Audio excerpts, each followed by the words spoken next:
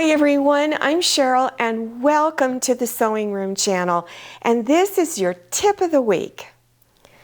This is a doll pattern that was on the back of a bag of Pellon stuffing. Now it's just a very basic doll that you can make out of fabric, and it gives a lot of instructions on it. But the one thing that is a little confusing is figuring out all of the pattern pieces. This is the section for the head, and it's got a lot of different pattern pieces in there. Then this two pieces here are the legs. Then you use this piece for the arms, and then this piece is for the body. Now the body, you use fabric on it that makes it look like it is a dress, because they actually have the pattern cut that flares out like a dress. The problem I had was figuring out all the pieces in here. So if you ever run across a pattern that's on the back of the Pellon bags, and they often have patterns that are on the bag of the small bag of Pellon stuffing. So I photocopied this on my copy printer. This is the entire front. Then I cut out another one that has no neck on it. It's just all of this. Then I cut out another one that was just the hair. This one is for the back of the head. You just have to ignore that printing. So this is the back of the head. This is the hair that goes on the front, and then this of course is the entire front piece.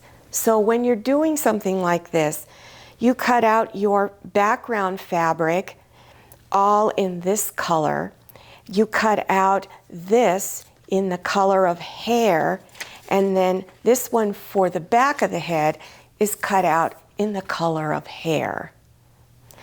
So this is what it looks like when it's done. So I'm going to point out a few things about this particular pattern. It's what I call flat. There's no curve in the back of the head. It's just a very simple little doll pattern to use. On that one piece that's for the legs, you can make it into socks. So use a piece of fabric. Now on mine, I took away the flare because I'm changing things around. So let me show you something I've made to put on it. So I've made little bloomers for it, and then I'm gonna make a little pinafore style dress with ruffle sleeves and a little bit of lace on it. I'm also gonna make a cute little cap for it. Now the hair isn't on yet. The hair goes down here. One other thing that I really didn't like about this, which would have been an easy fix for me, but I decided just to leave it like this because I wanted you to see how it comes out, is the arms stick straight out like a scarecrow. So I'm going to show you another doll where it has a lot more personality and curves to it.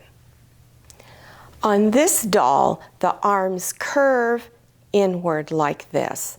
Also the legs, I thought it was really cute how they have the toes curling in.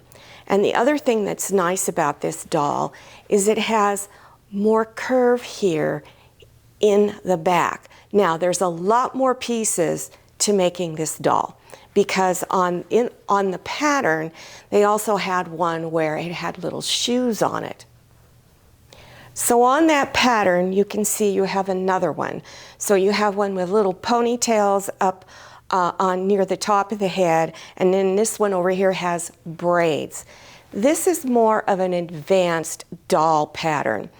If you're a beginner, I would not recommend you do this one. But if you've got a lot of sewing experience, I would try it. These really turned out good. So start out with something like this. Now, Pellon might have some doll patterns for free on their website. Go to PellonProjects.com. Pellon has a product that's made specifically for using as stuffing in dolls. Now, I got this at my Walmart store, but I'm sure if you don't live near a store that carries fabric and craft items that you could get it on the internet. Go to Amazon.com. The difference in this stuffing is that it's called a dry stuffing. It's very coarse and very stiff. So it makes the dolls sit and curve in the right directions without being too limpy. Most of the time when you purchase a small bag of the regular stuffing, the plush or just the other standard one that they have, they'll have little free patterns on the back. So this elephant was one that I got, and also this is where the doll came from. It didn't come from the bag of doll polyfill stuffing. Also, remember when I said go to Pellon Projects, they've got a lot of free patterns there. Well, I hope you enjoyed this tip of the week and that you learned something new. And by the way, if you want to try that other doll pattern, I've got the link listed below your YouTube screen. So you scroll down to the description section, click on Show More, and it will expand open and you'll see all kinds of links. I'll also have a playlist to all my other tips of the week. I have a lot of them full of really good information. Now, don't forget to follow me on Instagram and check out my Facebook page. Thank you so much for watching. I'll see you next time, and happy sewing. If you like the Sewing Room channel, one of the best ways to show your support is to subscribe by clicking on that red subscribe button and give this video a thumbs up. And don't forget to click on share to share this video with your friends. And make sure you click on the bell so you receive notifications for all my new videos. I'm Cheryl. This is Manny. See you next time.